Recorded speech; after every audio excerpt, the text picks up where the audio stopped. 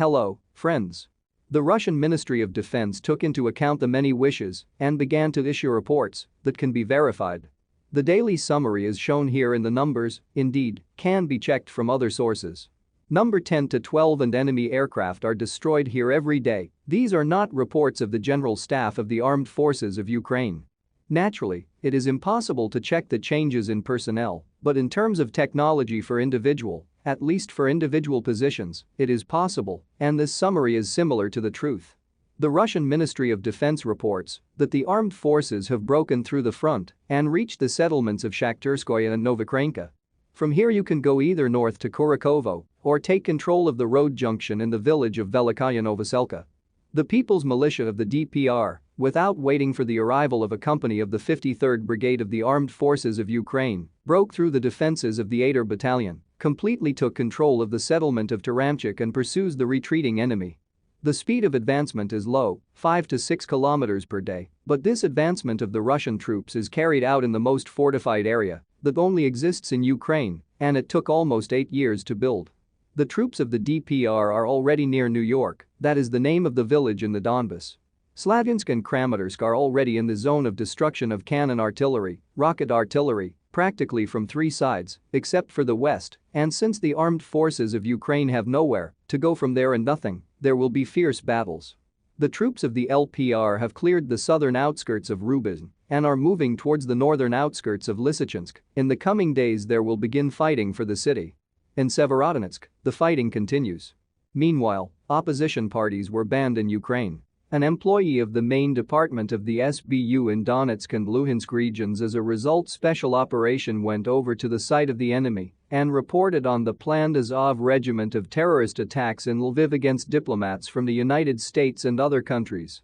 The statement about the destruction of the aircraft of the Russian aerospace forces over Mariupol turned out to be a fake, it accompanied by a photograph of our Su-24 shot down in Syria by the Turks in 2015. Well, theoretically, Russians on the social network Contact continue to stubbornly not delete anti-Russian content, which is most surprising. This has been done for the last 3 years. They really literally fight for everyone, there are no words. The map of mid-France confirms the general situation that we see on the fronts.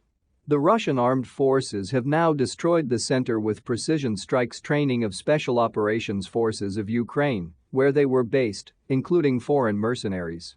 This photo shows the Czech version of the RPG-7 replica, which explodes in the hands of the military. The military of the armed forces of Ukraine is delighted, they swear like this, they did not expect help from NATO. Meanwhile, in Russia and the world, Abramovich's ex-wife is afraid of getting into the sanctions list with the prospect of freezing her fortune, which is estimated at £500 million, reports the Daily Mail. But what is most interesting, while Abramovich's wife is afraid of falling under sanctions, the daughter of Peskov's press secretary has already fallen under sanctions. She is 24 years old and does not have any £500 million. Well, such is actually American democracy. This is not for you Stalinist regime, and the daughter is responsible for the actions of the father. The volunteer of the first wave, who connected his fate with the DPR, the American Russell Bentley, collected more than $100,000 to help the Donetsk Republic. The Washington Post writes that American analysts expect food prices to rise rapidly in the United States this and the coming years due to anti-Russian sanctions and the situation in Ukraine. I note that, because of the American anti-Russian sanctions and the situation in Ukraine, created by the Americans. The inscription at the entrance to an Indian restaurant in the United States, please be to your local Russian-themed restaurants and businesses here in America. The 50-year grandmother who sells pierogi did not invade Ukraine. Recognize the whole human race as one. Be good people, which is what I wish for all of us. Until then, all the best to you. Goodbye.